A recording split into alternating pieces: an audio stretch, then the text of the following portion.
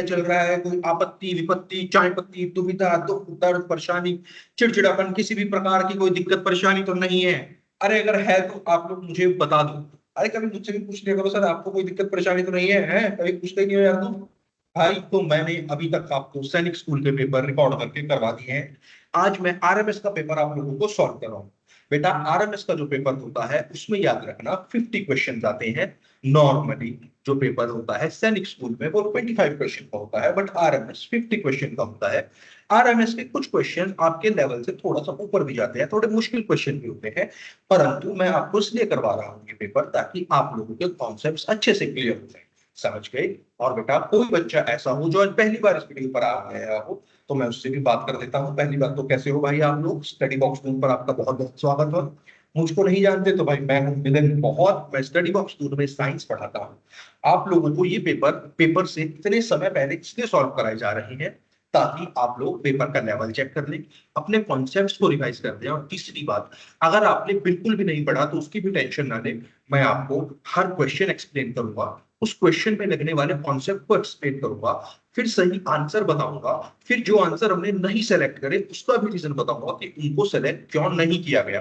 तो यानी कि एक ही लेक्चर में मैं अपनी तरफ से पूरा सिलेबस कवर कर दूंगा। 50 क्वेश्चन जो आते हैं पेपर में बेटा वो पूरे सिलेबस को कवर करते हैं, तो यानी एक वीडियो छोटी सी आपका पूरा सिलेबस कवर कर लेगी। बात नंबर एक। बात नंबर दो जो ये है वो ये है बेटा, अगर आपको वीडियो देखते हुए ऐसा लगे कि आप थक गए हो, वीडियो थोड़ी लंबी हो गई है, तो या तो आप अगर आपने पहले से पढ़ा हुआ है तो वीडियो को 2x पर देख लो। ठीक है?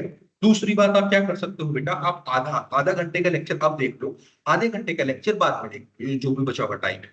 पर एक बार में एक साथ मत देखना, अगर आप लोगों को लंबे लेक्चर्स लेने की आदत नहीं है, आप लोग थक जाओगे। थक जाओगे तो आगे मेहनत कैसे करोगे भाई? मोबाइल भी चलाना है, इंस्टाग्राम भी चलाना है, पबजी भी खेलना है, फ्री फायर भी चलाना है। अरे करना है कि नहीं करना है? ठीक है ना भाई? आप छोटे बच्चे हो, थक जाओगे, इसीलिए मैं बोल रहा हूँ। अगर आप लोगों की कैपेसिटी है तो आप वन गो में पूरा का पूरा लेक्चर रिकॉर्ड करके मतलब रिकॉर्डेड लेक्चर आप लोग देख सकते हो। मैं तो एक ही बार में रिकॉर्ड कर रहा हूँ, है ना? चलिए बेटा शुरू करते हैं, आप मुझे बताइए। अच्छा मैं आपको एक गजब की बात बताता हूँ बेटा, ये लेक्चर मैं अब तीसरी बार रिकॉर्ड कर रहा हूँ। एक बार पहले रिकॉर्ड किया था, रिकॉर्डिंग में कुछ गड़बड़ हो गई। दूसरी बार रिकॉर्ड किया, इंटरनेट में किसी इशू की वजह से रिकॉर्डिंग हो गई, और अब मैं यही सेम लेक्चर तीसरी बार रिकॉर्ड कर रहा हूँ। तो फिंगर्स क्रॉस्ड इस बार हो जाए यार रिकॉर्ड, है ना? चलिए शुरू करते हैं भाई। तो बेटा हम इस जो लेक्चर को रिकॉर्ड कर रहे हैं इसको हम एज अ गेम रिकॉर्ड करते हैं। गेम को हम बोलते हैं कौन बनेगा सवालपति, आप लोग जानते हैं। हम ए को ए नहीं बोलते, अनीता बोलते हैं, बी को बबीता बोलते हैं, सी को चिंकी बोलते हैं, और डी को हम दामिनी बोलते हैं। आप लोग बहुत अच्छे से इस बात को जानते भी होंगे, जो नया बच्चा है उसको मैंने बता दिया। मेरा रोल बिल्कुल अमित जी जैसा है, मैं आपको क्वेश्चन दिखाऊंगा, उसके ऑप्शंस पूछूंगा और आपसे मैं कहूंगा कि बेटा बताओ अब इसका मतलब। और अगर आप जीत गए तो आपको 1 करोड़ नहीं मिलेंगे भाई, तो मेरे घर आ जाओ या मुझे इंस्टाग्राम पर कमेंट करके पूछने लगो कि मिलन सर हमारे 1 करोड़ रुपए दे दो। लोग सोचेंगे मिलन 1 करोड़ रुपए लेके भाग गया लोगों के, तो आपको कुछ नहीं मिलेगा भाई। आप इस आज के भी ना हो जाओगे। जीतने के बाद बेटा आपके जितने सवाल सही गए हैं 50 में से आप लोग मुझे बताइएगा, आप लोग कमेंट्स में देख भेजिएगा। कोई क्वेश्चन अगर आपको समझ नहीं आया या आपको और एक्सप्लेनेशन की जरूरत है तो उसके लिए भी मेरे बच्चे आप लोग क्या कीजिएगा, आप लोग क्या करेंगे, आप लोग मुझे कमेंट्स में डाल दीजिएगा। वरना आप लोग मैम को कॉल कीजिएगा, एक फ्री डेमो सेशन मेरे साथ बुक करा सकते हैं या किसी भी टीचर के साथ, है ना? चलिए। तो बेटा इन्होंने पूछा है ह्यूमन ईयर की हियरिंग रेंज क्या होती है? बेटा हर एक एनिमल की एक हियरिंग रेंज होती है। हियरिंग रेंज को मेजर करते हैं फ्रीक्वेंसी से। फ्रीक्वेंसी की यूनिट होती है बेटा हर्ट्स। हर्ट्स जैसे कि टाइम को सेकंड या आवर में नापते हैं, लेंथ को मीटर में नापते हैं, मास को किलोग्राम में नापते हैं, ऐसे ही फ्रीक्वेंसी को साउंड को हर्ट्ज में नापते हैं। बेटा हर एनिमल की हियरिंग रेंज होती है, ह्यूमंस की होती है 20 से 20,000 हर्ट्ज। इससे कम भी हमें सुनाई नहीं देगा, यानी 19 का, और इससे ज्यादा मान लो 25,000 हर्ट्ज हो गया तो वो भी हमें सुनाई नहीं देगा। इतना ही रेंज हम लोगों को सुनाई देगा। डॉग्स सुन लेते हैं, डॉल्फिन वेल सुन लेते हैं, एलिफेंट सुन लेते हैं, हम नहीं सुन सकते। तो इसका सही आंसर आ जाएगा अनीता, ए यानी कि बेटा लेस देन 20 हर्ट्ज नहीं, ज्यादा 20,000 हर्ट्ज से नहीं, 20 से 25 नहीं बेटा, 20 से 20,000। चलिए, the pitch of a sound depends on, pitch किस चीज पर डिपेंड करते हैं? पिच का मतलब समझो पहले आप। देखो बेटा दो तरह से पिच हो सकते हैं, एक पिच ये रही,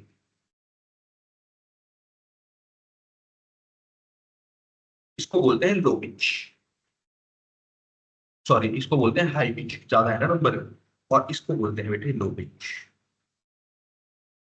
वो ये नहीं समझ आप देखो बेटा, मैं जब ऐसे बात कर, अभी मेरी जो नॉर्मल आवाज है वो हाई पिच, सॉरी अभी मेरी जो नॉर्मल आवाज है वो लो पिच की आवाज है, अमिताभ बच्चन जी की आवाज लो पिच की आवाज है, बट लड़कियों की जो आवाज है, लता मंगेशकर जी की जो आवाज है, श्रेया घोषाल जी की जो आवाज है वो हाई पिच की आवाज है, मेरी अभी वाली आवाज लो पिच है। और अगर मैं ऐसे बात करने लगूं तुम लोगों से तो मेरी जो पिच है वो हाई हो जाएगी, समझ गए कि नहीं समझ गए? तुम लोगों के लिए आवाज बदलनी भी सीखनी पड़ी मुझे, देख लो। तो बेटा पिच किस चीज पर डिपेंड करती है, देख एम्पलीट्यूड होता है बेटा यहाँ से यहाँ तक की लेंथ। आप ध्यान से देखो तो इसका भी एम्पलीट्यूड लगभग सेम ही है और इसका एम्पलीट्यूड भी लगभग उतना ही है, ज्यादा फर्क नहीं है। एम्पलीट्यूड पर पिच नहीं डिपेंड करती, फ्रीक्वेंसी पर करती है। फ्रीक्वेंसी क्या होता है भैया, ये एक चेक कर देखो, यहां से लेके यहां तक जो है ये एक चक्कर है, यहां से लेके इस रेड वाली ने देखो ये पूरा चक्कर है, ये दो चक्कर है, इस एक चक्कर को बोलते हैं यहां से यहां तक एक फ्रीक्वेंसी, फिर यहां से यहां तक दो फ्रीक्वेंसी, फिर एक ऊपर एक नीचे तीन फ्रीक्वेंसी, फिर एक ऊपर एक नीचे चार फ्रीक्वेंसी, फिर एक ऊपर एक नीचे पांच फ्रीक्वेंसी, इसको बोलते हैं फ्रीक्वेंसी। एम्पलीट्यूड पर नहीं करते डिपेंड, एम्पलीट्यूड मतलब हाइट उसकी दोनों पर नहीं करती नन, तो उसका सही आंसर रहेगा ए यानी कि अनिता। आगे आइए, साउंड प्रोपोगेट्स मैक्सिमम, बेटा साउंड की स्पीड अलग अलग होती है, अलग अलग मटेरियल में, सॉलिड में अलग, लिक्विड में अलग, गैस में अलग। सबसे ज्यादा होती है मेरे बच्चे सॉलिड में, फिर लिक्विड में, और फिर गैस। सबसे ज्यादा होती है बेटा सॉलिड में, फिर लिक्विड में, और फिर गैस में। क्या होती है बेटा सबसे ज्यादा, क्या देख रहे हो अरे कुछ काम है बोला बाबा यार, वो देखो बेटा सबसे ज्यादा सॉलिड में, फिर लिक्विड में, फिर गैस में। गैस में साउंड सबसे स्लो ट्रेवल करता है, तो इसका आंसर आ जाएगा बेटा सी यानी कि चिंकी, सॉलिड। ठीक है, आगे आओ। Rest rate of change of displacement is called, आओ सब कुछ बताया था। देखो ये पॉइंट था ए, ये पॉइंट था बी, ए से बी तक जाने के अनंत रास्ते हो सकते हैं, यहां से ऐसे करके चले जाओ, ऐसे करके चले जाओ, ऐसे करके बिल्कुल घुमक्कड़ अगर व्यक्ति हो तो ऐसे करके चले जाओ, बट बेटा ए से बी तक जाने का सबसे छोटा रास्ता एक ही है, बिल्कुल स्ट्रेट लाइन। सबसे छोटे रास्ते को बोलते हैं डिस्प्लेसमेंट, और सबसे बाकी सभी रास्तों को बोलते हैं डिस्टेंस। बोलते हैं कि नहीं बोलते? अब बेटा ये बात हमें समझ आ गई, आप आओ समझते हैं कि rate of change of distance क्या होता है। Rate of change of distance, बेटा याद रखना किसी भी चीज के आगे अगर रेट ऑफ लिखा हो तो उसका मतलब है उस चीज को टाइम से डिवाइड कर दो, क्या कर दो, उस चीज को समय से डिवाइड कर दो, तो यानी कि डिस्टेंस अपॉन टाइम। बेटा rate of change of distance upon time होता है स्पीड। ऐसे ही बेटा rate of change of displacement का मतलब क्या हो गया, डिस्प्लेसमेंट अपॉन टाइम, और बेटा ये होती है वेलोसिटी। अच्छा कोई बच्चा कहे कि भैया rate of change of velocity बताओ क्या होता है, वो होता है बेटा एक्सेलरेशन। याद है एक्सेलरेशन फोर्स वाले चैप्टर में पढ़ाया गया था? भैया आपसे नहीं पढ़ेगा, हमें नहीं पता एक्सेलरेशन क्या होता है, बेटा बता दो दिया, वेलोसिटी का चेंज होना टाइम के साथ होता है acceleration.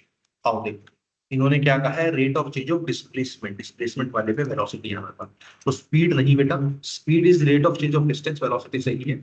Acceleration is rate of change of velocity, और डीएक्सेलरेशन बेटा एक्सेलरेशन ही होता है, बट एक्सेलरेशन पॉजिटिव होता है और डीएक्सेलरेशन नेगेटिव होता है, तो इसका सही आंसर आ जाएगा बी यानी बबीता। आगे आएंगे, यूनिट ऑफ प्रेशर, बेटा प्रेशर का फॉर्मूला देखो, जब pressure is equals to force upon में एरिया, बेटा फोर्स की यूनिट होती है न्यूटन और एरिया की होती है मीटर स्क्वायर, इसीलिए बेटा हम प्रेशर की यूनिट क्या बोलते हैं, न्यूटन पर मीटर स्क्वायर। बट बेटा एक साइंटिस्ट ने क्योंकि प्रेशर की फील्ड में बहुत काम किया था और उन साइंटिस्ट का नाम था पास्कल, तो हम उनकी रिस्पेक्ट में प्रेशर की यूनिट को पास्कल भी बोल देते हैं और पास्कल को शॉर्टकट में पीए लिख देते हैं। तो प्रेशर की यूनिट पास्कल होती है, न्यूटन फोर्स की यूनिट है, डायन बेटा फोर्स की यूनिट है, जूल बेटा एनर्जी की यूनिट है, तो इसका आंसर आ जाएगा बी यानी बबीता। आगे की, अगर आपको सॉल्व करने के लिए और समय चाहिए तो आप वीडियो को पॉज करिए, सॉल्व कीजिए, फिर वीडियो को कंटिन्यू कर लीजिए, ठीक है ना, कभी आपको टाइम नहीं मिल रहा सॉल्व करने का। चलिए, upward force exerted on liquid, देखो बेटा एक हमारे पास एक लिक्विड है, एक हमारे पास क्या है, एक लिक्विड है हमारे पास, इसमें हमने पानी भर दिया, मैं तेरे घर से पानी ले आया और मैंने वो पानी, अब मैंने इस पतीले के अंदर तुझे डाल दिया, ये देख तुझे मैंने इस पतीले के अंदर डाल दिया, तो देख बेटा एक तो फोर्स है ग्रेविटी की जो तुझे नीचे खींचेगी, बट पानी में जाते ही तुम्हें हल्का हल्का सा नहीं फील होने लगता, अरे कभी गए हो पानी के अंदर, हाँ भैया स्विमिंग पूल में गए हैं, गाँव में गए थे, ठीक है बेटा, तो तुम्हें एक फोर्स ऊपर की तरफ भी लगती है जिसकी वजह से आपको हल्का लगता है बेटा, उस फोर्स का नाम है अपथ्रस्ट। लिक्विड में लगती है वो। अपथ्रस्ट का दूसरा नाम है बायंट फोर्स, ये ऊपर की तरफ लगती है। तो बेटा इसका सही आंसर क्या हो जाएगा, ए। ग्रेविटी नीचे की तरफ लगती है, सेंट्रीपिटल फोर्स आज ही पढ़ाऊंगा, भूलते भी चीजों पर लगती है ना, अच्छे से पढ़ा दूंगा ये आज ही।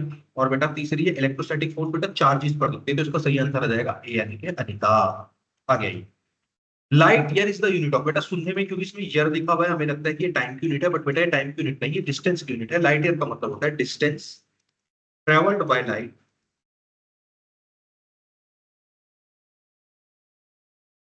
इन अ ईयर। एक साल में लाइट ने जितना डिस्टेंस ट्रेवल किया उसको बोलते हैं लाइट ईयर। डिस्टेंस ट्रेवल्ड, तो बेटा लाइट ईयर किसकी यूनिट है, डिस्टेंस। तो बेटा टाइम की नहीं है, डिस्टेंस की है। लाइट की यूनिट या इंटेंसिटी ऑफ लाइट की यूनिट कैंडेला होती है। आप लोगों के तो मुझे लगता है सिलेबस में होगी भी नहीं कैंडेला, तो इसको आप चाहे ना भी याद रखें, बट मैंने ऑप्शन बता दिया, तो इसका सही आंसर आ जाएगा बी। आ गया ये।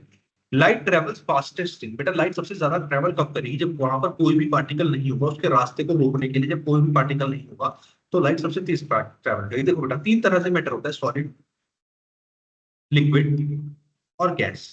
सॉलिड में पार्टिकल बिल्कुल एकदम आपस में से क्लोज क्लोज होते हैं, लिक्विड में पार्टिकल थोड़े थोड़े दूर दूर होते हैं, और गैस में पार्टिकल एक यहाँ है तो एक यहाँ है तो एक यहाँ है तो एक यहाँ है तो एक यहाँ है, बहुत दूर दूर है, ठीक है। बट बेटा लाइट इन तीनों में ट्रैवल कर सकती है, सॉलिड में से तो बिल्कुल कम करती है, ना के बराबर ही करती है। बट बेटा लाइट सबसे ज्यादा ट्रैवल करेगी जब कोई भी पार्टिकल नहीं होगा इन तीनों में से, और जब इन तीनों में से कोई भी पार्टिकल नहीं होगा तो उसको बोलते हैं वैक्यूम। क्या बोलते हैं उसको, वैक्यूम। तो बेटा इसका सही आंसर रहेगा डी। गैस सॉलिड है तो सबसे फास्ट ट्रैवल नहीं करेगा, वाटर लिक्विड है तो सबसे फास्ट ट्रैवल नहीं करेगा, हाइड्रोजन गैस है तो उसमें भी सबसे फास्टेस्ट ट्रैवल नहीं करेगी। बेटा वैक्यूम कहाँ पर है, ये सन है, ये अर्थ है, और यहाँ पर बीच में कोई पार्टिकल नहीं है, तो बीच में क्या है, वैक्यूम। उसे बोलते हैं वैक्यूम क्लीनर, क्योंकि वो सारे पार्टिकल एब्जॉर्ब कर लेता है, ठीक है, सब हर जगह पे वैक्यूम बना देता है, जो क्लीनिंग करते हैं ना इसमें घरों में। चलिए solar eclipse will take place, आओ पहले सोलर एक्लिप्स पढ़ लेते हैं बेटा। हमारे पास एक सूर्य है, अच्छे से बता देता हूँ आप लोगों को, एक मिनट रुकिए। ये हमारे पास एक सूरज है, बड़ा सा सूरज हमने बना दिया। फिर बेटा हमारे पास इस सूरज के साथ साथ एक अर्थ है, जो कि साइज में ऑब्वियसली सूरज से तो छोटी होती है, और कलर ब्लू होता है उसका। और फिर हम लोगों के पास भाई ये, और बेटा मून का कलर ग्रे होता है, और अर्थ से तो ऑब्वियसली भी छोटा होता ही है। अब देखो बेटा नॉर्मली क्या होता है, ये मून इस तरह से अर्थ की तरफ घूमता है, और अर्थ इस तरह से सन की तरफ डायरेक्ट घूमता है कि नहीं घूमता, हाँ भैया घूमता है। देखो नॉर्मली क्या होता है बेटे, ये जो सन की लाइट है इस तरह से हम लोगों के ऊपर अर्थ पर पहुंचती है, अरे पहुंचती है कि नहीं पहुंचती, बताओ। आ रही होती है बेटा, हाँ भैया आ रही है। बट बेटा सोलर एक्लिप्स के टाइम पता है क्या होता है, सोलर एक्लिप्स के टाइम जो सन और अर्थ है उसके बीच में मून आ जाता है, जो सन और अर्थ है उसके बीच में यहाँ पर मून आ गया। आगे कि नहीं आ गया, आ गया भैया। इस वजह से क्या हुआ मेरे बच्चे, इसकी वजह से क्या हुआ एक बार अच्छे से समझना। अब ये जो लाइट आ रही थी, अब ये जो सन से लाइट आ रही थी, ध्यान से समझना, इतनी लाइट को देखो मून ब्लॉक कर देगा, क्योंकि मून के ऊपर पड़ जाएगी वो लाइट जो यहाँ से जा रही है वो जाएगी। तो बेटा इतने एरिया में ब्लैकनेस की शेडो आ जाएगी मून की। हम लोगों को क्या लगेगा, अर्थ की जो सन है उसके सामने कोई चीज आ रही है, इसलिए हमें नहीं दिख रहा। बेटा ये बिल्कुल ऐसा ही है जैसे सन था, और आपने अपने हाथ से ऐसे किया और आपने हाथ को ऐसे बंद किया, तो आपको लगा कि हमने सन को मुट्ठी में दबा लिया हो, बट ऐसा होगा तो नहीं ना, आपने अपने हाथ के अंदर थोड़ा ही सन को रख लिया। इसीलिए बेटा मून जब अर्थ और सन के बीच में आया तो उसने सन की सारी लाइट ब्लॉक कर दी, जिसको हम सोलर एक्लिप्स बोलते हैं।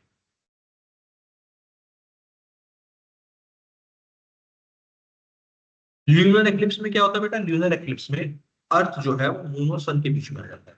तो देखो जल्दी से, सन इज बिटवीन, बेटा सन तो मूव ही नहीं करता, किसी चीज के बीच में कहां से आ जाएगा। Earth is between moon and the sun, बेटा ये ल्यूनर एक्लिप्स के टाइम पे होता है, चंद्र ग्रहण के टाइम पे। Moon is between sun and the earth, बिल्कुल सही बात है बेटा, D. Moon does not line, ये कुछ नहीं है भाई, ऐसे ही ऑप्शन बना है, तो वाला ऑप्शन, तो इसका आंसर रहेगा बेटा सी यानी चिंकी। आ गया। If the door of a refrigerator आप लेफ्ट ओपन, बेटा इस चीज को समझते हैं कि अगर रेफ्रिजरेटर का डोर खोल दिया तो क्या टेम्परेचर के साथ क्या होगा, इसके लिए आओ समझते हैं। बेटा आपके घर में आपने कई बार सोचा होगा कि क्यों ना हम फ्रिज खोलकर उसके सामने लेट जाए और गर्मी में बिल्कुल मजा ही आ जाएगा। और जब आपने ऐसा किया होगा तो आपकी मम्मी का पीछे से एक चप्पल आई होगी उड़ते उड़ते, कहा होगा फ्रिज बंद कर।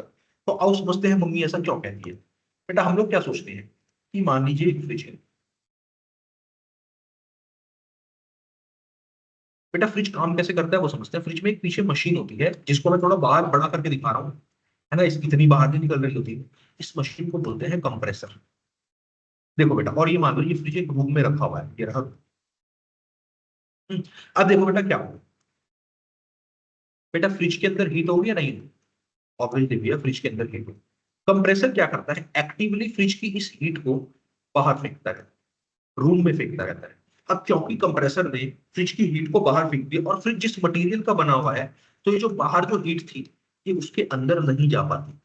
इंसुलेटेड मटेरियल का बनता है ना बेटा फ्रिज, कभी पकड़ के देखना फ्रिज को, उसके अंदर ठंडा या गर्मी नहीं जा सकती।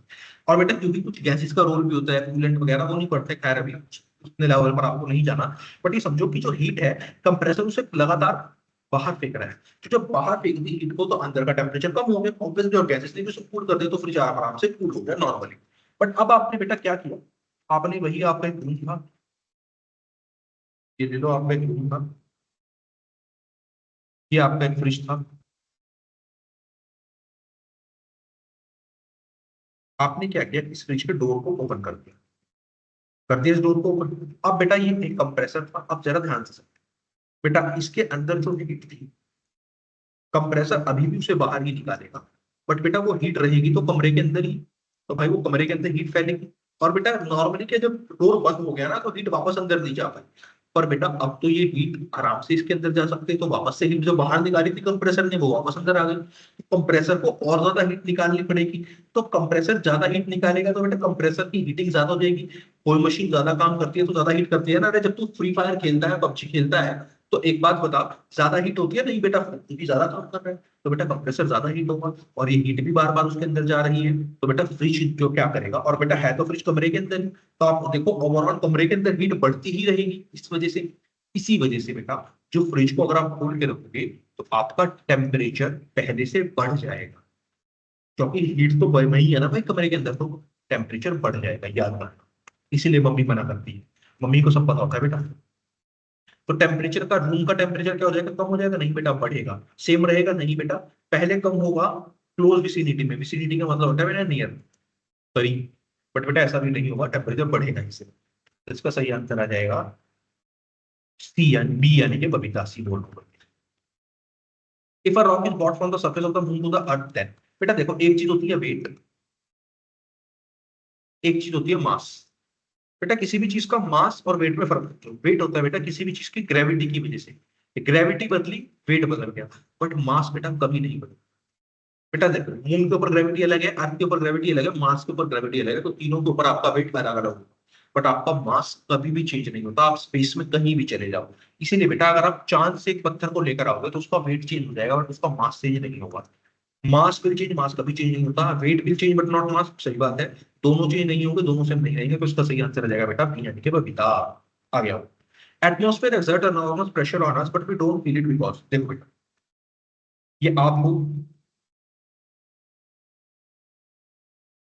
आपके आसपास, एटमॉस्फेयर का मतलब होता है बेटा हमारे आसपास की एयर, होता है कि नहीं होता, हमारे आसपास की एयर। अब देखो बेटा नॉर्मली हमारे आसपास जो एयर है वो हमारे ऊपर प्रेशर लगा रहा है, एयर है तो प्रेशर तो लगाएगी। बेटा पर वो हमें प्रेशर फील नहीं होगा बेटा, वो बहुत ज्यादा प्रेशर है फिर भी फील नहीं होगा, क्यों? क्योंकि हमारी बॉडी भी इक्वल पार्ट ऑफ प्रेशर उसके ऊपर लगा रही है और उसको कैंसिल कर रही है। और बेटा अगर कोई पूछे बॉडी में कौन सा पार्ट, तो बॉडी के फ्लूइड्स। और बेटा बॉडी फ्लूइड में भी अगर वो पूछे कौन से फ्लूइड सबसे ज्यादा, तो बेटा जो फ्लूइड बॉडी में सबसे ज्यादा है, यानी कि ब्लड। तो सबसे ज्यादा प्रेशर ब्लड लगा रहा है एयर के ऊपर, एटमॉस्फेयर के ऊपर, ताकि हमें फील ना हो। अरे ब्लड प्रेशर पढ़ते हो या नहीं पढ़ते? वो यही तो होता है वो ब्लड प्रेशर, समझ गए?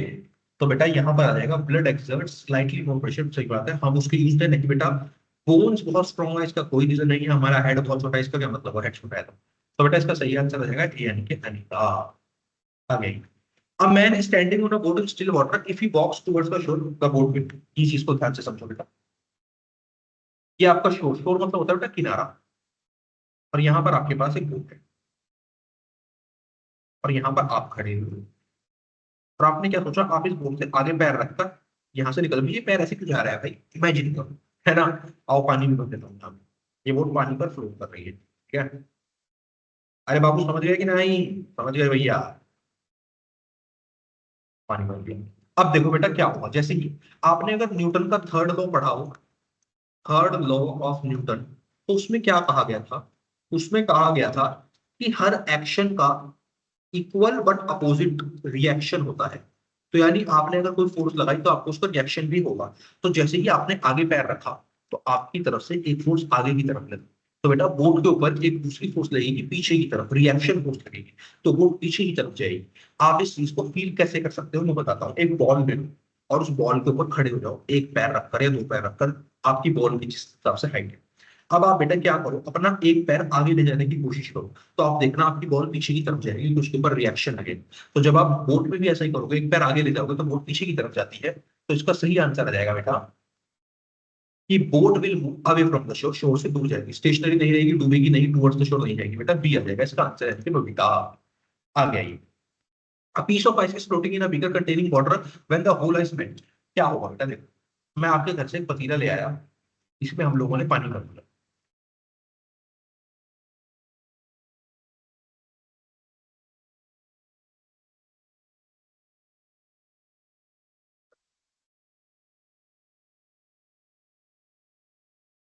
ये लो भाई पानी भर दिया इसमें, और बेटा इसके अंदर हम लोगों ने क्या किया, इसके अंदर ही हमने एक आइस डाल दिया इस। अब बेटा देखो क्या होगा बताओ, इसका अभी वाटर लेवल यहां तक था, जब ये आइस पिघलेगी, जब ये आइस पिघल जाएगी तो बताना है कि क्या होगा, बताओ। क्या ये पानी का लेवल ऊपर जाएगा या नीचे जाएगा या सेम रहेगा। देखो बेटा इस चीज को मैं आपको बड़े ध्यान से, ये आइस जब ये मेल्ट होगा तो देखो क्या होगा।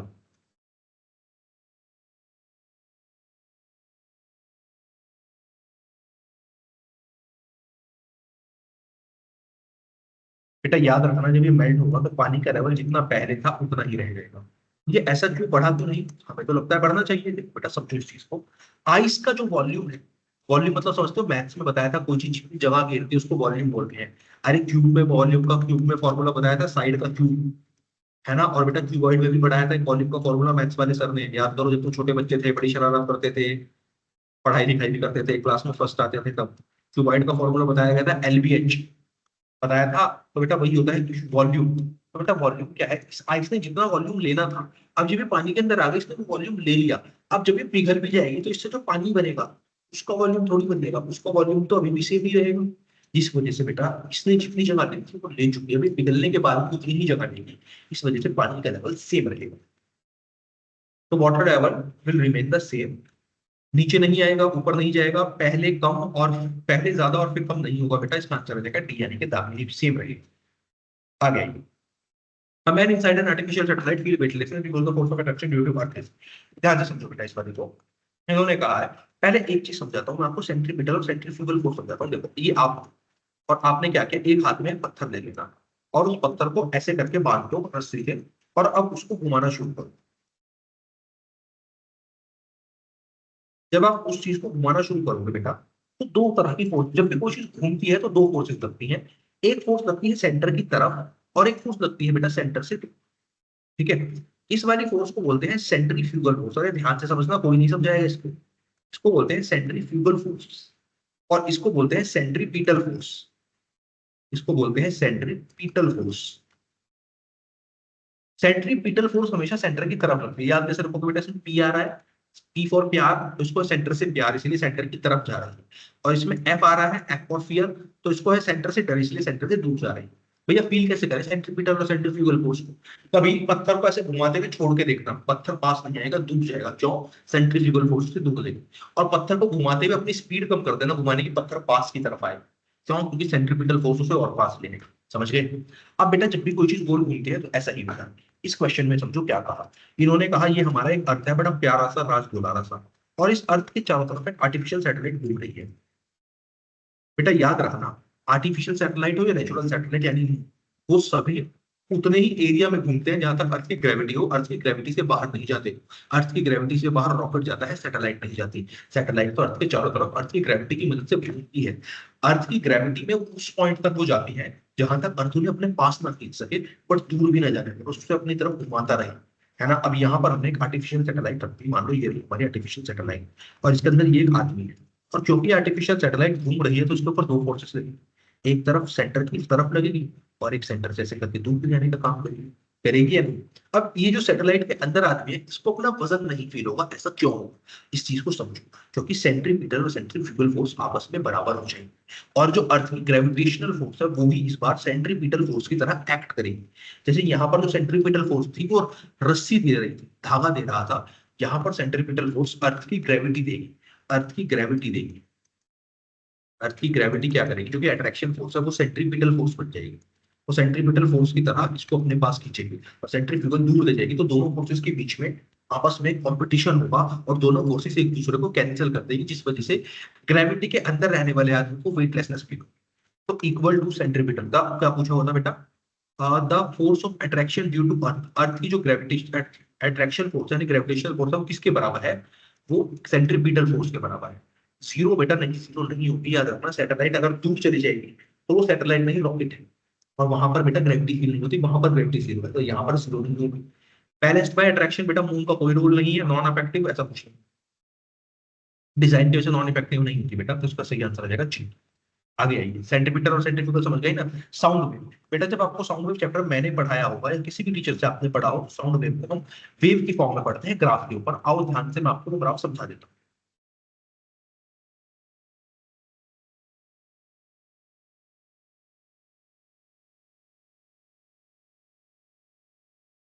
देखो बेटा, यहां से लेके यहां तक की जो हाइट है इसको बोलते हैं इसका एम्पलीट्यूड।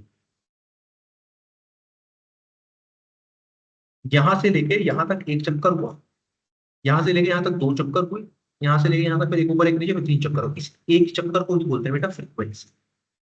तो इसकी फ्रीक्वेंसी क्या होगी, तीन होगी इसकी फ्रीक्वेंसी। और बेटा यहां से लेके यहां तक की जो लेंथ है एक चक्कर की, उसे बोलते हैं वेवलेंथ। और बेटा इंटेंसिटी, एक बार समझाता हूँ मैं आपको, देखो एक ये साउंड का वो लगाया हुआ हमने माइक, और एक तरफ ये साउंड का माइक लगाया। आप लोग खुद बताना इंटेंसिटी किसकी ज्यादा हो, एक तरफ ये। अब बताओ इंटेंसिटी किसकी ज्यादा होगी बेटा, ऑब्वियसली इसकी इंटेंसिटी ज्यादा होगी। जहां पर ज्यादा साउंड की वेव्स है वहां पर इंटेंसिटी ज्यादा हो जाएगी, और जहां पर नहीं है वहां पर कम हो जाएगी। तो बेटा साउंड में फ्रीक्वेंसी भी होती है, वेवलेंथ भी होती है, इंटेंसिटी भी होती है, डिस्टेंस नहीं होती। डिस्टेंस के बदले हम वेवलेंथ का ये यूज करते हैं, तो डिस्टेंस साउंड की प्रॉपर्टी नहीं। तो इसका सही आंसर आ जाएगा डी यानी कि दावे। अरे समझे कि नहीं समझे बाबू।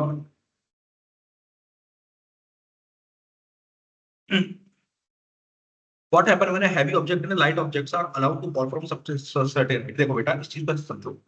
आपने एक तरफ एक पत्थर ले लिया 5 किलो का, और एक तरफ एक और पत्थर ले लिया बेटा 500 किलो का। इन दोनों को आपने इक्वल एच हाइट पर ले गए, और इन दोनों को आपने एक साथ छोड़ा, क्या होगा। अरे समझ आएगा, आपको पता है कि क्या होगा, नहीं पता क्या, करके दिखा दूंगे, आओ दिखाता हूँ, रुको 1 मिनट। अरे मैं यही नहीं मैं सोच रहा था गायब हुए। अरे एक बार दूसरा जैसे गायब हुए भाई, यही मैं कुछ चीज ढूंढ रहा हूँ। देखो, देखो मेरे भाई, जरा ध्यान से देखना, बिल्कुल ध्यान से, बिल्कुल आराम से देखना। एक चीज अभी दिखाता हूं मैं आप लोगों को, अभी फील करा दूंगा इस चीज को आपको।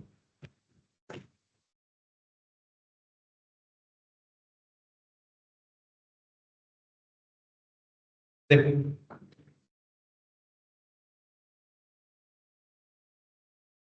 देख बेटा ये टेबल है, ये हमारे पास एक स्केल है, और एक तरफ हमारे पास लोहे का स्टेपलर है।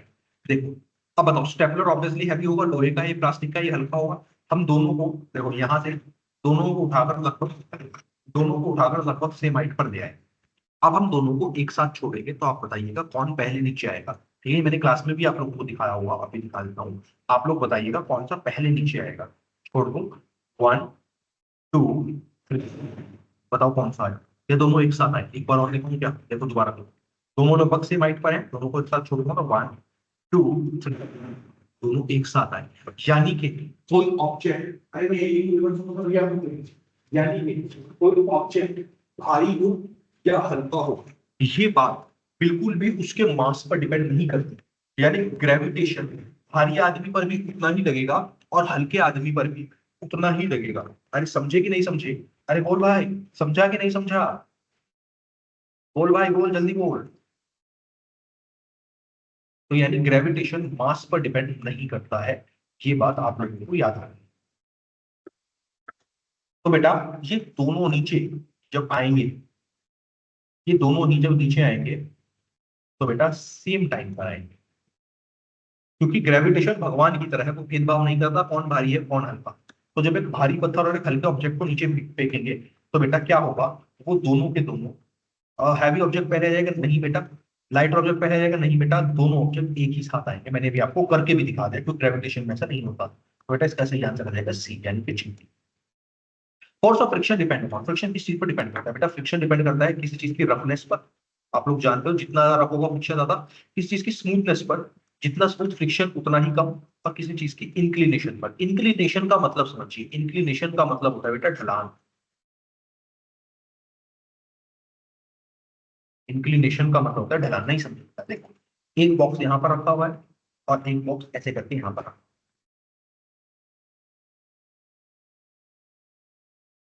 इसका मतलब भाई,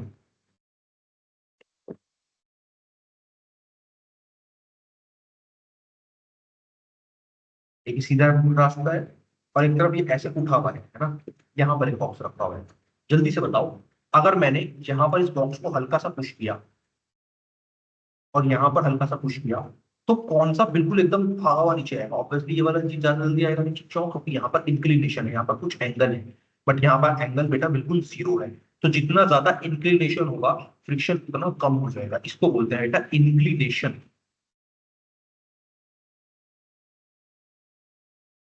यानी कितना वो उठा हुआ है। अभी देखो इंक्लिनेशन अभी जीरो, अब कुछ है अब कुछ है अब कुछ है, बढ़ गया बढ़ गया बढ़ गया, समझ गए?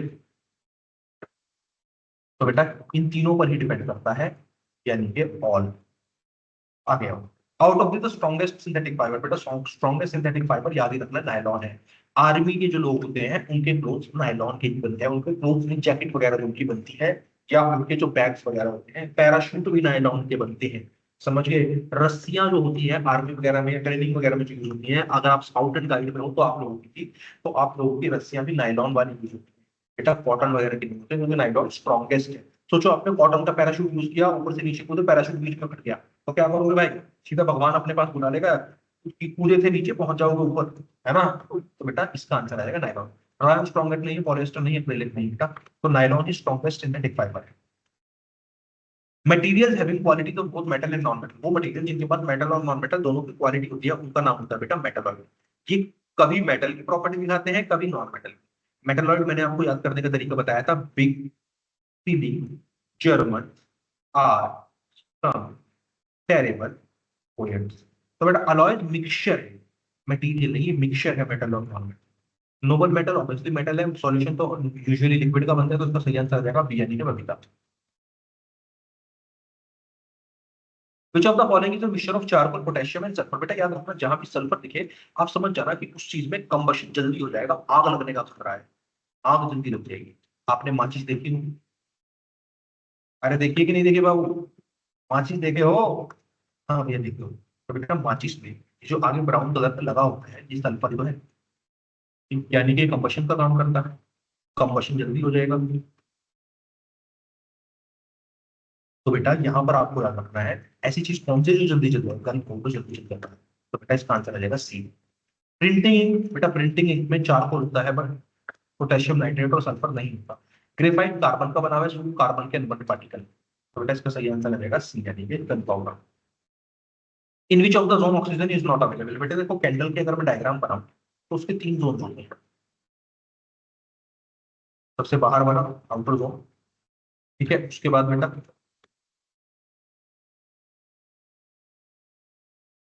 ये आपके अंदर के जोन हो जाते हैं, और एक बिल्कुल एकदम यहाँ पे होता है जोन ऐसे करके काला सा, वो होता है बेटा इनर जोन। याद रखना मेरे बच्चे, ये जो सबसे अंदर वाला जोन है यहाँ पर कंबशन इनकम्प्लीट होता है, क्योंकि यहाँ पर ऑक्सीजन नहीं है। बट यहाँ पर फ्यूल ज्यादा है, फ्यूल भरपूर मात्रा में, ऑक्सीजन नहीं है। तो बेटा कौन से जोन में ऑक्सीजन नहीं है, डार्क, इसको डार्क जोन भी बोल देते हैं, तो उसका नाम हो जाएगा डार्क जोन, यानी कि अनिता। आगे बढ़ो। Metal generally react with dilute acid to produce hydrogen gas, which one of the following metal है। अच्छा बेटा, इसके लिए आपको वो लिस्ट लिखनी पड़ेगी। हमारी फेवरेट लिस्ट याद करो, हमने स्टार्टिंग में पढ़ी थी, कौन सी थी? केदार, नाथ, का, माली, आलू, जरा, फीके। फीके को अच्छे से लिखो भाई, एफ ई आएगा ना। फीके, पकाता है, कॉपर, मर्क्यूरी, सिल्वर, गोल्ड। आ गया याद? अब बेटा इन्होंने कहा है मेटल HCl से रिएक्ट करके हाइड्रोजन गैस देते हैं। कौन सा मेटल HCl से रिएक्ट नहीं करता? देखो बेटा HCl में क्या है हमारे पास, हाइड्रोजन। हाइड्रोजन को यहाँ पर मार्क करो। तो देखो बेटा, हाइड्रोजन से ऊपर जो भी आ रहे होंगे वो हाइड्रोजन के साथ यानी HCl के साथ रिएक्ट कर लेंगे, और हाइड्रोजन से नीचे जो भी आ रहे होंगे वो रिएक्ट नहीं करेंगे। अब देखो बेटा, मैग्नीशियम हाइड्रोजन से ऊपर आ रहा है, तो ये मैग्नीशियम जो है हाइड्रोजन से ऊपर आ रहा है, तो ये रिएक्ट कर लेगा। अच्छा जी, आयरन, आयरन भी ऊपर आ रहा है तो बेटा ये भी कर लेगा। एल्यूमिनियम, एल्यूमिनियम भी ऊपर आ रहा है तो ये कर लेगा। बट बेटा कॉपर हाइड्रोजन से नीचे है तो रिएक्ट करके हाइड्रोजन नहीं निकालेगा, तो HCl के साथ कॉपर रिएक्ट नहीं करेगा। तो इसका सही आंसर हो जाएगा डी, यानी कि कॉपर। आ गया। Choose the correct statement. Correct statement बतानी है बेटा, जब भी करेक्ट इनकरेक्ट वाले क्वेश्चन आए तो इस तरह करके एक शक्ल मार दिया करो ताकि याद रहे। देखते हैं भाई, it is difficult to transport natural gas through pipe. नहीं बेटा, नेचुरल गैस को पाइप के थ्रू ट्रांसपोर्ट करते हैं। हमारे घरों में LPG के जो कनेक्शन आते हैं वो पाइप से ही आते हैं। यूरोप को जो गैस भेजता है रशिया, वो पाइप के थ्रू भेजता है। Disadvantage of natural gas is that it can not be used directly for burning in home. Disadvantage बेटा, का एडवांटेज है इसकी, हम LPG यूज करते हैं, नेचुरल गैस है तो ये भी गलत हो जाएगा। डायरेक्टली बर्निंग के लिए यूज होती है वो घर में। Natural gas is stored under high pressure as compressed natural gas. बेटा बिल्कुल सही बात है, हम सिलेंडर्स के अंदर हाइड्रोजन नेचुरल गैस को भरकर रखते हैं। हम नेचुरल गैस को ज्यादा प्रेशर में हर जगह भरकर रखते हैं ताकि हम लोग उसको स्टोर आराम से कर सकें, छोटी सी जगह में भी वो आ जाए। ये बात बिल्कुल सही है। और बेटा natural gas can not be used for power generation, ये बात बिल्कुल गलत है बेटा। नेचुरल गैस से पावर जनरेशन होती है, तभी तो व्हीकल्स में डाल के उसे चला पाते हैं, व्हीकल्स में पावर आती है। तो उसका गलत, इन्होंने क्या पूछा था, करेक्ट, तो करेक्ट स्टेटमेंट सी वाली यानी कि चीप हो जाएगी। आगे आइए। तो बेटा if a person's cloth catches fire the best way to extinguish fire. बेटा याद रखना, फायर को खत्म करने का बेस्ट वे है कि आप ऑक्सीजन की सप्लाई कैंसिल कर दो। जितनी जल्दी ऑक्सीजन की सप्लाई कैंसिल होगी फायर उतनी जल्दी बंद हो जाएगी। देख पहला option, throw water on cloth. बेटा पानी डाल दोगे तो टेम्परेचर तो कम हो जाएगा, ऑक्सीजन एकदम से कम नहीं होगी, तो यानी जो बर्न है वो टाइम लेगा, मतलब आग जो है वो बुझने में टाइम लेगी। फायर एक्सटिंग्विशर, फायर एक्सटिंग्विशर क्या करेगा बेटा, ये भी क्या करेगा, CO2 डाल देगा उसके ऊपर, वो भी बेटा ऑक्सीजन को एकदम से तो कैंसिल नहीं करेगी, टाइम लेगी। Cover the person with woollen blanket. Woollen blanket से उस आदमी को कवर करोगे तो ऑक्सीजन एकदम से कैंसिल हो जाएगी और बेटा आंख एकदम बुझ जाएगी, थोड़ा भी टाइम नहीं लगेगा, तो ये ऑप्शन बिल्कुल सही हो सकता है। Cover the person with polythene sheet. का पॉलीथीन शीट से जब आप उसको कवर करोगे तो ऑक्सीजन तो कम होने का चांस है, बट बेटा पॉलीथीन जलती भी बहुत जल्दी है और जलकर वो स्किन से चिपक जाएगी, जिसकी वजह से उसकी स्किन पर बहुत बुरे बर्न्स आ जाएंगे कि नहीं आ जाएंगे। तो बेटा इसलिए ये भी ऑप्शन गलत है, तो इसका सही आंसर आ जाएगा सी। एकदम से ऑक्सीजन को बट सिर्फ ब्लैंकेट ही कर पाएगा, तो यानी कि चींटी। अगले, which one of the following is not produced by the process of fermentation. Fermentation से कौन सा नहीं बनता?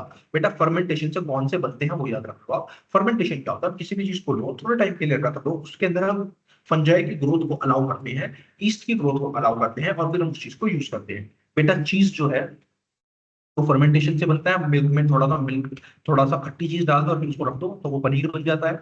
योगर्ट, दही मान लो, योगर्ट का मतलब वो भी फर्मेंटेशन से बनता है, वाइन भी फर्मेंटेशन से बनता है, बट मिल्क फर्मेंटेशन से नहीं बनता, हम डायरेक्टली बिना फर्मेंटेशन के यूज करते हैं। Fermented form of milk is curd and cheese. Milk के फर्मेंटेड फॉर्म से ही चीज और कर्ड बनता है, बट मिल्क खुद फर्मेंटेड नहीं है, तो उसका सही आंसर रहेगा बी यानी कि बबीता। चलिए आगे। Dash is a first fully synthetic fibre. बेटा सबसे पहले सिंथेटिक फाइबर भी नायलॉन ही था, तो इसका सही आंसर सी आ जाएगा, बाकी सब पहले नहीं थे, तो फैक्ट बेस्ड आंसर है, इसमें कह सकता हूँ।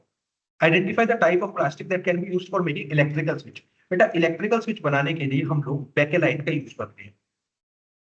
बेकेलाइट नहीं देखा भैया आज तक? अरे व्हाइट कलर के, जिस कलर के तेरे घर में स्विच लगे हुए हैं वो बेकेलाइट है। आपके जो बर्तनों पे हैंडल है वो बेकेलाइट की है। PVC, पॉलिथीन और PET नहीं यूज होते बेटा, इनको तो अगर आप हल्का सा भी गर्म को पिघल जाएंगे, पॉलिथीन को जलाओ हल्का सा पिघल जाएंगे। तो बेटा अगर इनके हमने प्लास्टिक के वो बना दिए, बटन वगैरह बना दिए, थोड़ा सा करंट आएगा, हीट होगी, पिघल जाएंगे, तो इसलिए बेकेलाइट यूज होगा। ठीक। आपने बिस्लरी की बोतल देखी ना, उस तरह का मटेरियल, पन्नी देखी, उस तरह का मटेरियल होते हैं ऊपर वाले की, तो बेकेलाइट यूज करेंगे बेटा, D. Terylene is a popular form. Terylene बेटा पॉपुलर तरह का पॉलीएस्टर है, मोनोमर नहीं है बेटा, मोनोमर तो आपका कोई जो है सिंगल यूनिट को मोनोमर बोलते हैं, और बहुत सारी यूनिट जो मिल जाए उसको पॉलीमर बोलते हैं। सिंगल यूनिट से तो बेटा कोई सिंथेटिक फाइबर ही नहीं बन पाता ना, प्लास्टिक नहीं यार, नायलॉन नहीं। तो टेरिलिन एक तरह का पॉलिएस्टर, नायलॉन तो खुद में क्लोथ है, प्लास्टिक भी बेटा एक खुद में एक तरह का मटेरियल है। उसका सही आंसर आ जाएगा ए यानी कि अनीता। आ गया ये। विच of the following metal do not react even with steam, steam के साथ भी कौन सा रिएक्ट नहीं करेगा बेटा, सिंपल सी बात है, जो हमारे गोल्ड, सिल्वर और प्लेटिनम है, ये किसी भी चीज के साथ रिएक्ट जल्दी से नहीं करते, तो इसका सही आंसर सी आएगा, ये तीनों कर जाएंगे। इसीलिए तो इनकी ज्वेलरी बनाते हैं भाई। तो इसका सही आंसर आ जाएगा ए यानी कि अनीता। आ गया।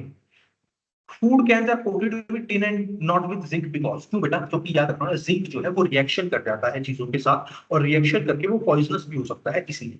तो zinc is less reactive than tin, नहीं बेटा, zinc is more reactive than tin. ये बात सही है, ये बात तो सही है ना, जिंक ज्यादा रिएक्टिव है, इसलिए जिंक से कोटिंग नहीं कर सकता, नॉट पूछा मैंने। Zinc is higher melting point, नहीं बेटा, मेल्टिंग पॉइंट हायर नहीं है, जिंक इज कॉस्टली पोस्ट का होल कर दे बेटा। जिंक जो है ज्यादा रिएक्टिव है टिन से, इसलिए उसको कोटिंग नहीं करते, तो इसका आंसर आ जाएगा बी यानी पपीता। आगे ये, when sulphur react with oxygen the oxide formed is dash in nature, जब सल्फर ऑक्सीजन के साथ रिएक्ट करेगा तो ऑक्साइड जो बनेगा वो कैसा होगा, मैंने आप लोगों को बताया था, जब मेटल ऑक्सीजन के साथ रिएक्ट करता है तो बनता है मेटल ऑक्साइड, जो कि नेचर में बेसिक होता है।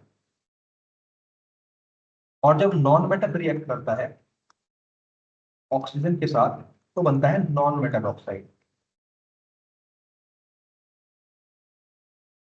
जो कि नेचर में एसिडिक भी हो सकता है और न्यूट्रल भी हो सकता है। अगर आपको एक ही सेलेक्ट करना हो ऑप्शन तो एसिडिक करेंगे, बट अगर किसी ऑप्शन में लिखा हुआ एसिडिक एंड न्यूट्रल हो तो आप दोनों सेलेक्ट करें। इसमें एक ही सेलेक्ट करना है तो बेटा आप यहाँ पर एसिडिक सेलेक्ट करें, न्यूट्रल नहीं एसिडिक। अगर एक सेलेक्ट करना हो तो एसिडिक यानी द। आगे, which what is the property that makes metal shine, metal तो शाइन करते हैं, उस प्रॉपर्टी को क्या बोलते हैं आप लोग बहुत अच्छे से जानते हो बेटा, शाइनिंग की प्रॉपर्टी का दूसरा नाम होता है लस्ट्रस या लस्टर, तो इसका सही आंसर आ जाएगा लस्टर। मैलिबिलिटी मतलब बेटा थिन शीट्स बन पाना, डक्टिलिटी मतलब पतले पतले तार बन जाना, और सोनोरस मतलब साउंड आ पाना, उसका आ जाएगा बेटा डीएन के लेवल। आगे, efficiency of fuel is expressed in terms of, fuel की एफिशिएंसी को कैसे मेजर करते हैं बेटा, उसको मेजर करते हैं कैलोरीफिक वैल्यू में। इसमें कैलोरीफिक वैल्यू क्या होती है, कैलोरीफिक वैल्यू, कैलोरीफिक वैल्यू होती है मतलब 1 किलो के जलाने पर कितनी किलो जूल एनर्जी मिली, किलोग्राम पर किलो जूल, तो किसमें मेजर करते हैं बेटा, कैलोरीफिक वैल्यू में। डेंसिटी में नहीं मेजर करते, वॉल्यूम में नहीं मेजर करते, प्योरिटी में नहीं मेजर करते, तो बेटा फ्यूल की एफिशिएंसी मेजर होती है कैलोरीफिक वैल्यू में, हर साल आता है बेटा, इससे क्वेश्चन याद रखना। ठीक है, बनता the colour of outer zone of candle, बेटा कैंडल किसने अभी बना के दिखाई थी, उसका आउटर जोन का क्या कलर था, सबसे बाहर वाले जोन का कलर ब्लू था, ठीक है, तो बेटा इसका कलर क्या आ जाएगा, तो इसका कलर भी क्या आ जाएगा बेटा, ऑरेंज नहीं, रेड नहीं, येलो नहीं, ब्लू होता है, तो इसका सही आंसर आ जाएगा बी एन के बगैर। आगे, विच of the following should not be done control fire, fire को कंट्रोल करने का सबसे बेस्ट तरीका क्या है बेटा, ऑक्सीजन सप्लाई को कम कर, क्या कर दो बेटा, ऑक्सीजन सप्लाई को इंक्रीज, ऑक्सीजन सप्लाई नहीं बेटा, इंक्रीज हीट सप्लाई नहीं बेटा, रिड्यूस हीट सप्लाई हाँ कर सकते हैं, रिड्यूस नाइट्रोजन सप्लाई, बेटा कंबशन में क्या नाइट्रोजन का कोई रोल है, बताओ आप मुझे, नाइट्रोजन का कोई रोल नहीं है। कंबशन मैंने आपको पढ़ाया था क्या होता था, फ्यूल लो, अरे मैंने नहीं तो जिस भी टीचर ने पढ़ाया होगा तो पढ़ाई होगा ना आपने, फ्यूल लो, उसको ऑक्सीजन दे दो और टेम्परेचर दे दो, टेम्परेचर कौन सा देंगे बेटा, इग्निशन टेम्परेचर, वो टेम्परेचर जिसपे वो जलने लगे अपने आप से, तो हमको कंबशन होते ही दिख जाएगा। अब कंबशन को कैंसिल करना है तो ऑक्सीजन को हटा दो या टेम्परेचर को हटा दो या फ्यूल को हटा दो, यहाँ पे क्या करना है, ऑक्सीजन को बढ़ा रहे हैं तो भाई इससे तो कंबशन नहीं होगा, तो कंबशन बढ़ जाएगा, फ्यूल को बढ़ा रहे हैं फिर से कंबशन बढ़ जाएगा, हीट को कम कर दो यानी टेम्परेचर को कम कर दो, बिल्कुल सही बात है बेटा, टेम्परेचर कम करेंगे तो कंबशन कम हो जाएगा। रिड्यूस नाइट्रोजन है, नाइट्रोजन का जब रोल ही नहीं है कंबशन तो उससे तो कोई फर्क पड़ेगा ही नहीं, तो यानी इसका सही आंसर आ जाएगा सी यानी कि चिंकी, नाइट्रोजन का कोई रोल नहीं है कंबशन, ऑक्सीजन का है। Creation of wild life reserve and endorsement of laws are conservation measure that promote increase, भाई हमने जो वाइल्ड लाइफ के लॉज बनाए हैं उन सबसे हम क्या इंक्रीज करना चाहते हैं, एक्सप्लॉइटेशन ऑफ स्पीशीज, स्पीशीज का और ज्यादा यूज करना, नहीं बेटा ये नहीं करना चाहते हो। Use of biological control, biological control और ज्यादा हो जाए, नहीं बेटा, प्रिवेंशन ऑफ स्पीशीज, स्पीशीज को बचाना, सही बात है। जो बायोलॉजिकल फर्टिलाइजर नहीं होता, हम क्या चाहते हैं, स्पीशीज को हम बचा पाते हैं। इसका सही आंसर आएगा सी यानी कि छिड़की। आगे होता है इसको देखो। The process of conservation of fertile land, conversion of fertile land into desert is known as. Fertile land को डेजर्ट बना देते हैं, इसको क्या बोलते हैं, इसको बोलते हैं डेजर्टिफिकेशन। डेजर्टिफिकेशन का मतलब समझो, एक जगह पर पेड़ वगैरह आपने बिल्कुल काट दिए, पेड़ वगैरह काट दिए तो वहां पर पानी को होल्ड करने की क्षमता कम हो गई। अब क्या हुआ, हिल टाइम, पानी वगैरह नहीं रहा, पानी वगैरह मिट्टी से उड़ गया, और बेटा मिट्टी भी इधर उधर चली गई, तो वहां पर डेजर्ट बन जाएगा। ड्रॉट होता है, कहीं पर सूखा पड़ गया, बारिश नहीं आई बहुत समय तक। एसिड रेन होता है बेटा, सल्फर जो है ऊपर जाके बादलों में मिक्स हो गया, और वो गंदा पानी सल्फर वाला हमारे ऊपर गिर गया। और फेमाइन का मतलब होता है बेटा ऊपर ही आ गई। तो इसका सही आंसर आ जाएगा डी यानी कि डेजर्टिफिकेशन। आ गया। Species that are found exclusively in a particular area, वो स्पीशीज जो सिर्फ एक ही एरिया में मिलते हैं उनको बोलते हैं एंडेमिक स्पीशीज। पांडा एंडेमिक है चाइना हिंदी सिर्फ। कैंगरू एंडेमिक है ऑस्ट्रेलिया में सिर्फ। एशिया वाले लायन, एशियाटिक लायन एंडेमिक है केवल इंडिया में। बंगाल टाइगर एंडेमिक है सिर्फ और सिर्फ बंगाल में, और कहीं नहीं मिलता। समझ गए या नहीं समझ गए? ठीक है, तो बेटा एंडेमिक का ये मतलब होता है। एंडेंजर मतलब वो स्पीशीज थोड़े टाइम में खत्म हो जाएगी अगर हमने उनको प्रोटेक्ट नहीं किया। माइग्रेटिंग मतलब वो स्पीशीज जो एक मौसम में एक जगह रहती है, दूसरे मौसम में दूसरी जगह चली जाती है। एक्सटिंक्ट मतलब वो स्पीशीज जो खत्म हो गई। एक्सटिंक्ट का एग्जांपल है डोडो बर्ड, माइग्रेटिंग का एग्जांपल है बेटा क्या, माइग्रेटिंग का एग्जांपल है साइबेरियन क्रेन। एंडेमिक एग्जांपल मैंने बताया पांडा इज एंडेमिक टू चाइना। और एंडेंजर्ड का एग्जांपल मैंने आपको क्या बताया बेटा, टाइगर। टाइगर एंडेंजर्ड है, उसका सही आंसर आ जाएगा। Animal life occurring in a particular region और टाइम इज नोन एज। तो बेटा दो वर्ड होते हैं, एक होता है फ्लोरा। फ्लोरा मतलब होता है एक एरिया में पाए जाने वाले प्लांट लाइफ। फ्लोरा नाम से पता चल रहा है फ्लावर। और एक होता है बेटा फौना। फौना बेटा मतलब होता है एक एरिया में मिलने वाले एनिमल लाइफ, सारे एनिमल्स एक एरिया में, तो इसका सही आंसर है बेटा फौना। फ्लोरा नहीं, स्पीशीज नहीं, बायोटा बेटा आपके मतलब का वर्ड नहीं है, हटा। बायोलॉजिकल स्पीशीज से रिलेटेड, उसका आंसर है बस। कुछ of the following is not responsible for causing global warming. कौन सा ग्लोबल वार्मिंग नहीं करता बेटा, जेट प्लेन से पॉल्यूशन होगा, ग्लोबल वार्मिंग होगा। मीथेन से भी ग्लोबल वार्मिंग हो सकता है कुछ मात्रा में, बहुत कम मात्रा में होता है बट हो सकता है। और बेटा CO2 से भी हो सकता है, मीथेन को अगर आप जलाओगे तो भी ग्लोबल वार्मिंग हो जाएगा, बट बेटा ओजोन लेयर से नहीं होता। ओजोन लेयर तो ग्लोबल वार्मिंग को कम करने में रोल प्ले करती है। तो यानी इसका सही आंसर आ जाएगा बेटा ए यानी कि अनिता। आ गया। Which organism is called as the power house of nature, कौन से ऑर्गेनिज्म को पावर हाउस बोलते हैं बेटा, माइटोकॉन्ड्रिया को। ये क्योंकि हमें एनर्जी देता है एटीपी की फॉर्म में, इसकी फॉर्म में एटीपी। एटीपी की फुल फॉर्म क्या है बेटा, एडिनोसिन ट्राइफॉस्फेट, लिख दूं क्या?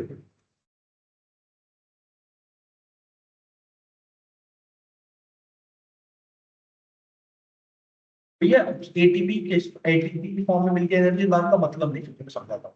एक चीज होती है मनी, और एक चीज होती है रूपी। समझो इस चीज का मतलब, अगर आप इंडिया में गए और आपने मनी बोला तो आपको क्या मिल जाएगा, आपको रुपए मिल जाएगा भाई। अगर आप इंडिया में गए और आपने मनी बोला तो आपको रुपए मिल जाएगा, यानी रुपी मिल जाएगा। अगर आप यूएस में गए और आपने मनी बोला तो आपको डॉलर मिल जाएगा। अगर आप चाइना में गए और आपने यूपी बोला, मतलब पैसे मनी बोला, तो आपको युआन मिल जाएगा। तो मनी की अलग अलग फॉर्म है हर कंट्री में। ऐसे ही एनर्जी की जो फॉर्म हमें मिलती है, हमारी बॉडी यूज करती है, वो है एटीपी। तो माइटोकॉन्ड्रिया हमें एटीपी की फॉर्म में एनर्जी देता है, समझ गए? तो बेटा न्यूक्लियस तो कंट्रोलिंग सेंटर है, एंडोप्लाज्मिक रेटिकुलम को पोस्टमैन ऑफ द सेल बोलते हैं, और स्केलेटल फ्रेमवर्क भी बोलते हैं। माइटोकॉन्ड्रिया सही बात है, गोल्गी apparatus बेटा स्टोर हाउस है सेल का। इसका सही आंसर आ जाएगा स्टोर हाउस नहीं, सॉरी, PMT करता है, पैकेजिंग मॉडिफिकेशन और टैगिंग। स्टोर हाउस को वैक्यूम में, इसका सही आंसर आ जाएगा CM की चीज। आगे in which of the organ following instrument can be used to observe cell. Cell observe करने के लिए बेटा कौन सा इंस्ट्रूमेंट यूज होता है, माइक्रोस्कोप यूज होता है। बेटा बैरोमीटर से प्रेशर नापते हैं, पेरिस्कोप और टेलीस्कोप से दूर की चीजें देखते हैं, तो इसका सही आंसर आ जाएगा बेटा क्या, माइक्रोस्कोप। आगे आइए। Which of the following scientist observe cell in the fox size. बेटा फॉक्स रेजोनेंस ने देखा था, रॉबर्ट हुक ने देखा था, मैंने आपको बताया था। लुईस पास्चर ने बेटा प्रेशर से रिलेटेड पास्चराइजेशन टेक्निक बताई थी। एंटोन ग्रुप ने लिविंग सेल पहली बार देखा था, बट फॉक्स साइज नहीं देखा था बेटा। कार्लोस लीनियस ने बेटा टू किंगडम क्लासिफिकेशन दी थी, आपके लेवल का नहीं है अभी, तो इसका सही आंसर देगा डी यानी कि दामन Robert. Which of the statement is incorrect. Incorrect correct है तो बेटा इसको अंडरलाइन कर दिया करो। इनकरेक्ट अबाउट ईआर, ईआर क्या क्या करता है समझो। बेटा ईआर प्रोटीन देता है, ईआर लिपिड देता है, या डिटॉक्सिफिकेशन भी करता है। अगर जहर वगैरह बॉडी में आ गया तो थोड़ा बहुत जहर हमारी बॉडी से भगा भी देता है। तो बेटा लिपिड बनाता है, सही बात है। राइबोसोम नहीं बनाता बेटा, ये पोस्ट ऑफिस का सेल है, अभी मैंने आपको नाम बताया है। इन्वॉल्व इन डिटॉक्सिफिकेशन, हाँ बेटा है, बट ये राइबोसोम नहीं बनाता बेटा, याद रखना। राइबोसोम इसके ऊपर होते जरूर है बट ये बनाता नहीं, वो आकर इसके ऊपर लग जाते हैं। उसका लेगा इनकरेक्ट, तो फॉर्म के बना है। चलिए, which among the following is not a function of lysosome. Lysosome का फंक्शन समझ लो क्या होता है। लाइसोसोम बेटा सेल के अंदर डाइजेशन करता है, सेल्यूलर डाइजेशन,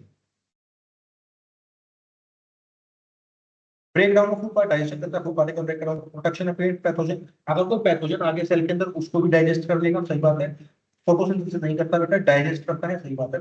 फोटोसिंथेसिस कौन करता है बेटा, क्लोरोप्लास्ट करता है। उसका सही आंसर आ जाएगा सी, यानी सी क्या है, सॉरी ये आ जाएगा, मतलब रॉन्ग बताना ना, नॉट दिया जाएगा बेटा इसका। कौन सा करा मैंने बात, परफॉर्म फोटोसिंथेसिस है ना, गलत दिमाग को सी पे लगाया ना। चलिए, among the following which cell can be seen with unaided eyes. कौन सा सेल बिना उसके देख सकते हैं, बिना किसी माइक्रोस्कोप के। बेटा जितने भी एग्स होते हैं वो क्या करना, सिंगल सेल होते हैं। तो जितने भी सेल एग्स आप बिना किसी उसके देख सकते हो, एक मिनट दीजिए मुझे। तो जितने भी सेल्स आप बिना किसी उसके देख सकते हो, जितने भी सेल्स आप, एक मिनट मोबाइल बच्चों, जितने भी एग्स आप, सॉरी जितने भी एग्स आप बिना किसी मदद के देख सकते हो, बिना किसी चीज के देख सकते हैं, वो सारे एक सेल है। तो यानी हैन सेल, हैन का अंडा एक सेल है, आराम से देख सकते हो, आरबीसी नहीं, स्पर्म नहीं, नर। उसका सही आंसर आ जाएगा ए एन के, Anita. Choose the correct statement. Ribosome are located on the chromosome, नहीं बेटा, राइबोसोम क्रोमोसोम के ऊपर नहीं प्रेजेंट होते। Cells are located in the nucleus, cell के अंदर होता है, सेल न्यूक्लियस के अंदर नहीं होते। Chloroplast are located on the nucleus, नहीं बेटा ऐसा नहीं होता है। Cell membrane surround the cell, बेटा ये बात बिल्कुल सही है, सेल मेम्ब्रेन बाउंड्री करता है। तो सिर्फ इसका सही ऑप्शन बी वाला चला जाएगा, ओनली आ गया वो। Which of the following is the non-living part of the cell? Cell का नॉन लिविंग पार्ट कौन सा है बेटा, सेल का नॉन लिविंग पार्ट होता है cell wall. Cell wall living नहीं होती, याद रखिए। तो इसका सही आंसर आ जाएगा डी, ये तीनों के तीनों लिविंग है। Combustion of a substance release heat and, heat के अलावा कंबशन कौन सी एनर्जी देता है बेटा, लाइट एनर्जी देता है। तो इसका आंसर आ जाएगा सी। ऑक्सीजन नहीं, कार्बन डाइऑक्साइड मिलती है, वुड नहीं मिलता, पानी नहीं मिलता, मतलब मेनली लाइट मिलती है, एनर्जी कुछ नहीं है, लाइट आ जाएगा। ये बेटा सारे आंसर्स की मैंने आंसर की आप लोगों के लिए दे दी है, और आज का काम हो गया भाई खत्म।